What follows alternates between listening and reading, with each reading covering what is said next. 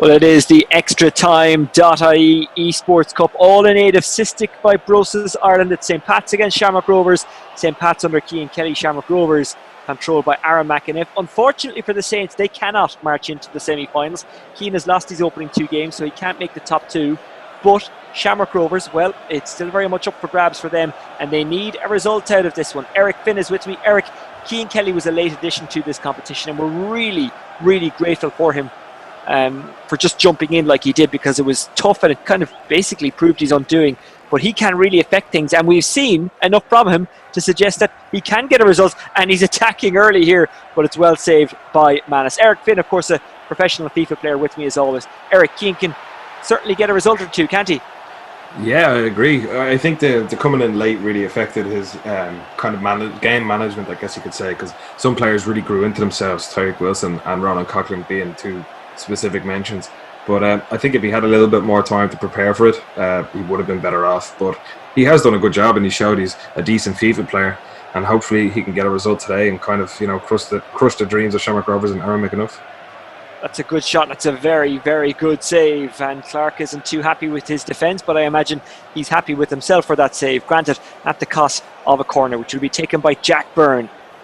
Stephen Kenny taking over the Ireland senior management job. I wonder, does that mean more game time for Jack? Clark bringing it away for the Saints, and it's just so unfortunate for Cian that he was a late arrival in this game, because I think he would have done damage had he arrived a bit earlier. Cian, not part of the first team in the League of Ireland yet, as in he hasn't played any League of Ireland matches, but he is very much part of the plans, I think, for Stephen O'Donnell and St. Pat's. He is all over the underage teams, has played under 17, has played under 19, has played internationally underage, has played pre-season games for St. Pat's. Here's Farouja, another young star at the league. Farouja squares it. Byrne can't quite get there. It was brave goalkeeping by Clark. Should Shamrock Rovers have done better there? That's the question I ask. Or is there a penalty? I think there's a penalty. What for? We don't have the benefit of a replay, so I'm not entirely sure. Maybe we do hear Desmond chasing back. Again, we didn't catch the replay, but we do know it's a penalty. It's Jack Byrne against Clark. It's Aaron McEneff who'll actually take the penalty as himself. Aaron takes the penalty. Oh, it's a good save, but a terrible penalty. How disappointed in yourself would you be if you missed the penalty with yourself? Well, Aaron McEneff, will he pay for being egotistical, selecting himself to take the penalty, or would the game have done that for him? How does it work, Eric? No, yeah, you get to pick yourself, really, who picks the penalty or chooses the penalty. It could be the goalkeeper for all he cares. But obviously, I would have done the same if I was in the game, so it's no means to say it's wrong. But I'm sure it doesn't feel great to miss it. Here comes Griffin, who squares it for Hale. The former Derryman puts St. Patrick's Athletic 1-0 up. What a finish that was from the young striker. What movement it was from Cian Kelly. Yeah, it was great play down the left, straight after the corner that came from the penalty side. So very good to bounce back like that, and I think it kind of caught Aaron McEneff off guard, to be honest. But it is very early. It was a great goal, and let's see if he can finally get some points on the board. But Cian Kelly, as we say, he can't qualify, but he can affect things badly. And wouldn't the St. Pat's man love to cost Shamrock Rovers a place in the semi-final? In this Lewis derby, play continues, and Aaron sprays a bad ball forward there. Again, Aaron has done enough to suggest that he could go quite far in this tournament, but he hasn't had a good few minutes.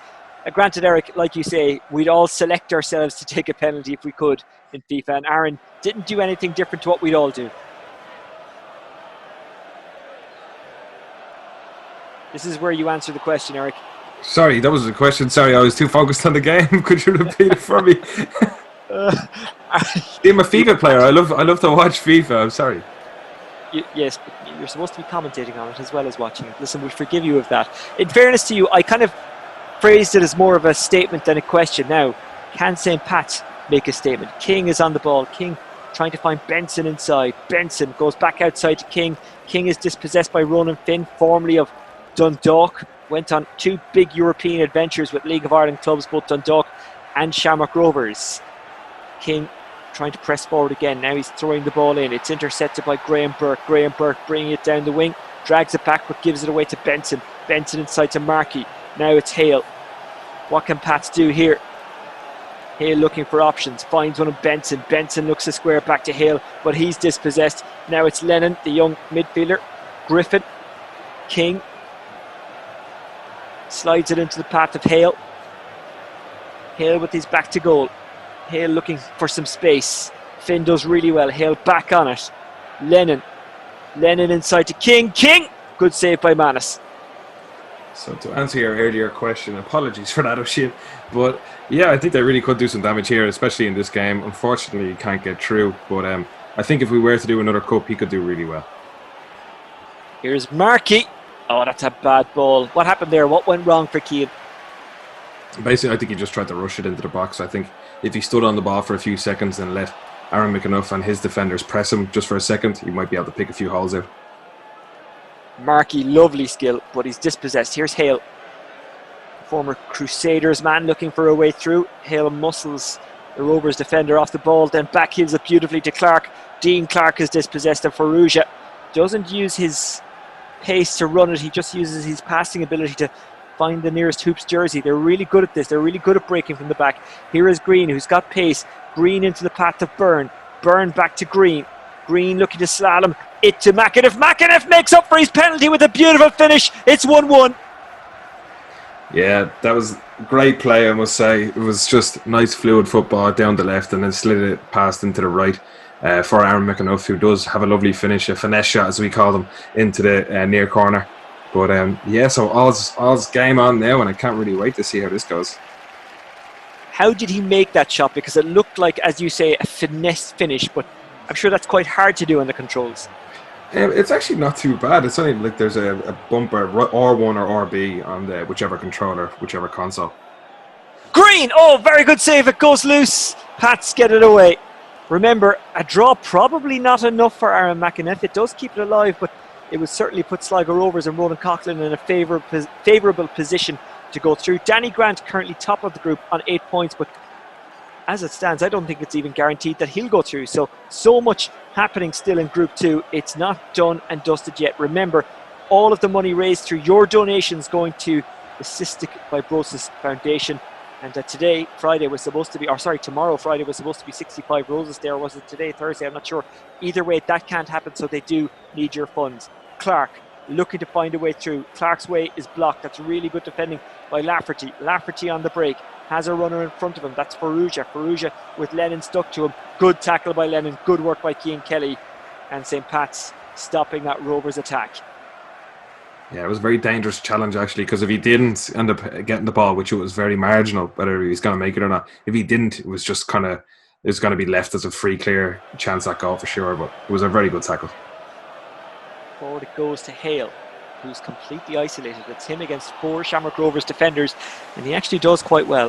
Finn on the ball. That's the final touch of the first half. 1-1 at the break. It's actually a fair enough reflection of the game, isn't it? 1-1.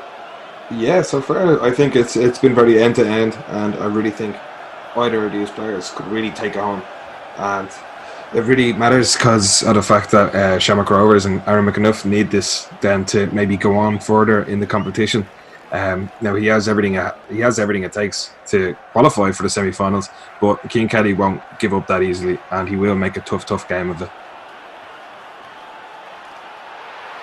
So here we go into the second half in what they call Town Park, and well, I said it a couple of times early in this tournament, wouldn't it be great if League of Ireland stadiums actually did look like this, or League of Ireland stadia, as I should say. That was actually a real Pat Kenny style correction of myself, wasn't it? League of Ireland stadia, as I should say. I think you're doing great. Thanks. And again, thanks to all the players who are giving up their time completely free to take part in this. They're all doing a great thing for Cystic Fibrosis Ireland, and also as well just to keep the League of Ireland community together. We are a community. We do need to support each other. We do need to come together, and we can't do that in a literal sense, so we have to do it in a kind of a metaphorical or remote sense. Now, Shamrock Rovers could really do with the win. Forrester has come in for the Saints. What difference will that make? One of the best players in the league on his day, and he found a bit of form just before the whole thing had to stop due to the COVID-19 situation. Lennon hasn't been bad either. Here's Markey. Markey coming forward. Markey looking to escape the shackles of the tacklers. He does really well. It back inside it goes to Markey, and there was a foul there, and it's a free kick to Shamrock Rovers. He'll move it down the wing again, and St. Pat's are giving them plenty of space. Perugia, Greg Bulger, formerly of Cork City, the Wexford man, does very well to get the ball back outside, then gets it back in. And just as I praise him, he makes a bit of a bags of a pass, and St. Pat's have the possession, and now they have a bit of room. It's Madden against his own club. Simon Madden bringing it down the right-hand side. Madden with the defender to beat, can't beat Lee Grace, and that's a good tackle by the former Galway United player. Clark inside to Lennon. Lennon to Hale. Hale's inside here. Hale looks to me like he's fouled. That's a good tackle by Grace according to the referee. What do you think, Eric Finn? Penalty or no penalty?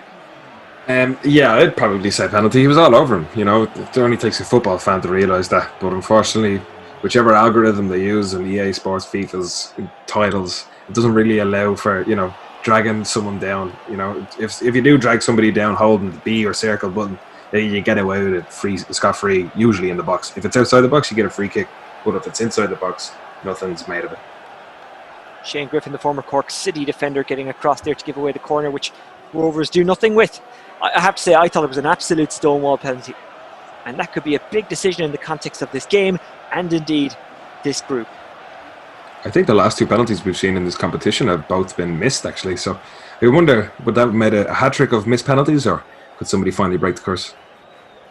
Tara O'Connor, funnily enough, of Cork City managed to score a penalty, but outside of that, it hasn't been a great tournament for him. Benson carrying it forward for St. Pat's. Benson playing under his former teammate, Stephen O'Donnell. That's a lovely ball through, which Clark runs onto, but he can't escape the defender. Oh, he can. He keeps it tethered to his foot, but can't find the bottom corner. That's what he was looking for. Good save by Alan Manis. Yeah, that was a bit strange. I don't really know how to even explain what happened there, attacking-wise or defensively. It seemed like the Aaron McEneff done enough with the defender, but then he kind of just drifted away. Maybe he thought he already got the ball, which he just left behind. Here's Jack Byrne.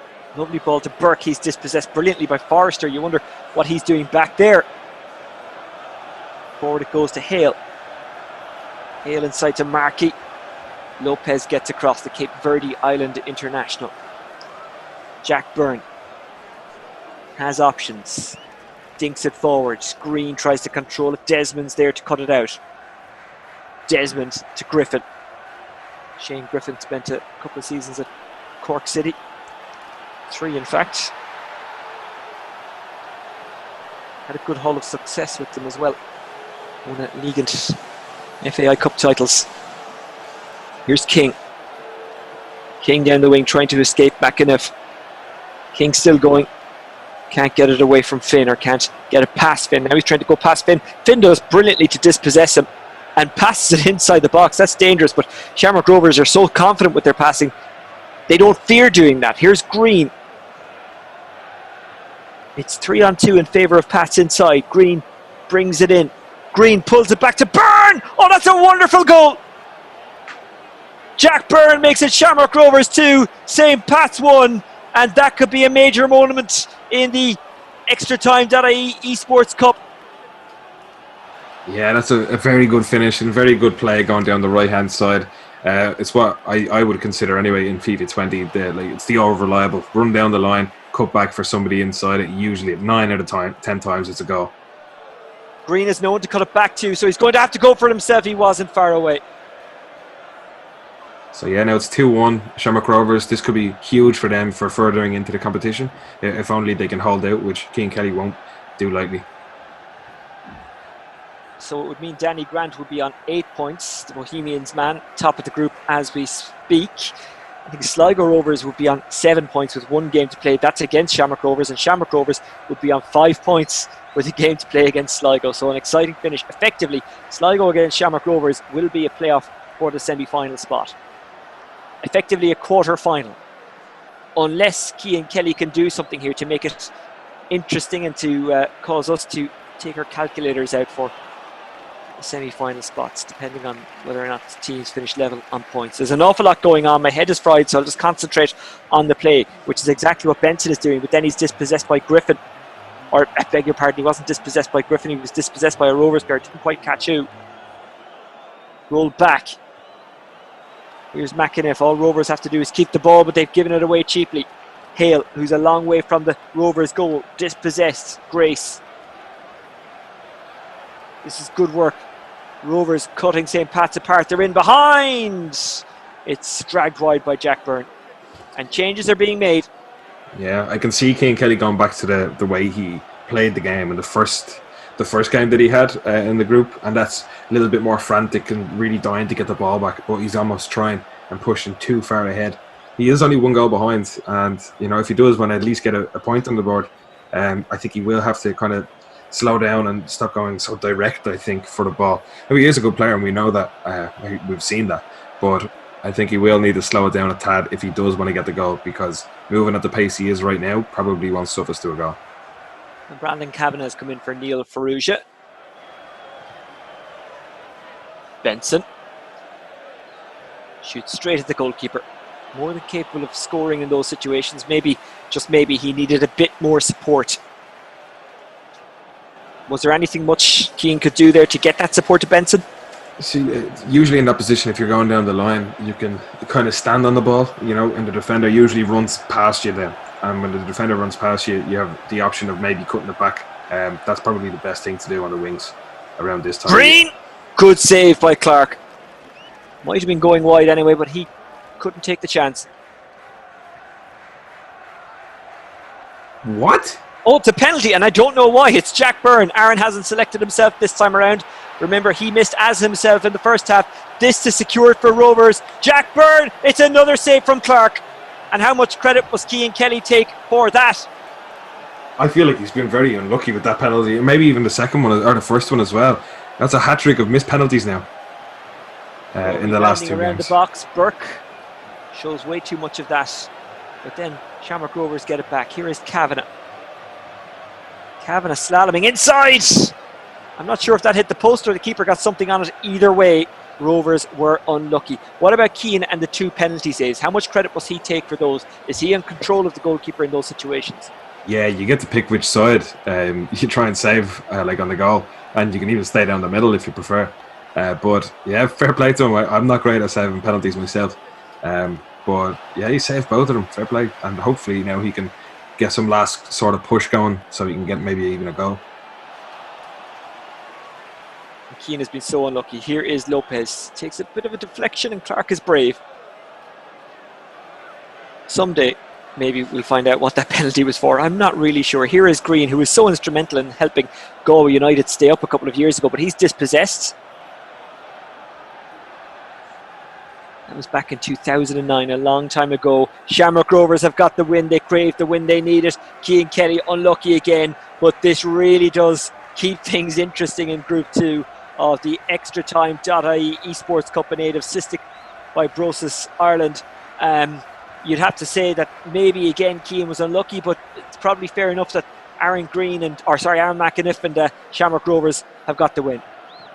Yeah, he's played fantastic throughout the whole 3 games that he has played so far, and who knows now, we have a lot to play for in the last game. Sligo Rovers versus Shamrock Rovers, 7 points versus 5. If Shamrock Rovers win, they go through just 1 point ahead. So credit to Cian Kelly as well for taking on the challenge of this tournament on late notice. It isn't easy for anybody to do anything late notice, but no, he did. He kind of made himself proud, because I think he was a good player, and hopefully he can play again in another tournament if we do have one. Yeah, well, I think we'll have to set one up, because it doesn't look like football is coming back anytime soon. June is the proposed date. I think that's optimistic. I hope I'm wrong. Anyway, our concentration is on what's happening on the screen as opposed to what's happening off it. And Aaron McEneff has kept the dream alive for Shamrock Rovers in the Extratime.ie esports cup. With a 2-1 win against St. Pat's, it means he moves to 5 points with 2 games to go, or 1 game to go. Bohemians are on top of the group. They're on 8 points.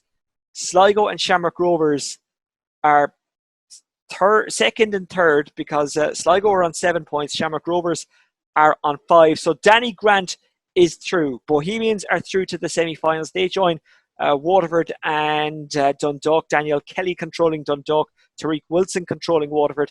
So, Eric, it is effectively a playoff, a quarter-final between Sligo and Shamrock Rovers. Sorry, I'm maybe confusing you and myself. I'm sounding a little bit hesitant because I'm figuring all this out on the go. We don't have the fancy graphics or people to do this stuff for us. But Eric, it'll be some games. Sligo against Shamrock Rovers. Yeah, I'm probably going to predict a draw, to be honest, because we know how Ronan Coughlin plays. He's going to hold that ball for as nearly as much as he can because he knows he only needs the point, and he has no problem holding the ball, and he's shown that in his previous 3 games. So I wouldn't be surprised to see a 0-0 draw like we did the last time Ronan played, which had 1 shot in 90 minutes. But he is a great player still going forward and defensively, and can hold the ball, as I said. But who knows, Aaron McEneff, he has shown his abilities, and he did get penalties. Now, hopefully, if he does get the chance in the last game, I'm sure he's probably practiced them in the meantime. So if he can, I'm sure he will score them. Okay, for now, Eric, thank you very much. It is all over. Shamrock Rovers have got the result they need. They've got the win they need against St. Patrick's Athletic. Cian Kelly has played 3 games. He's lost all 3, but there has been signs of positivity from him. And if we run another competition after this wraps up, then I hope Cian re-enters with St. Pat's because, the experience will have done him well. Anyway, Shamrock Rovers set up a playoff against Sligo Rovers to reach the semi-finals. Danny Grant and Bowes are through. They've joined Waterford and Dundalk. Join us next time on the Extratime.ie esports cup in aid of Cystic Fibrosis Ireland.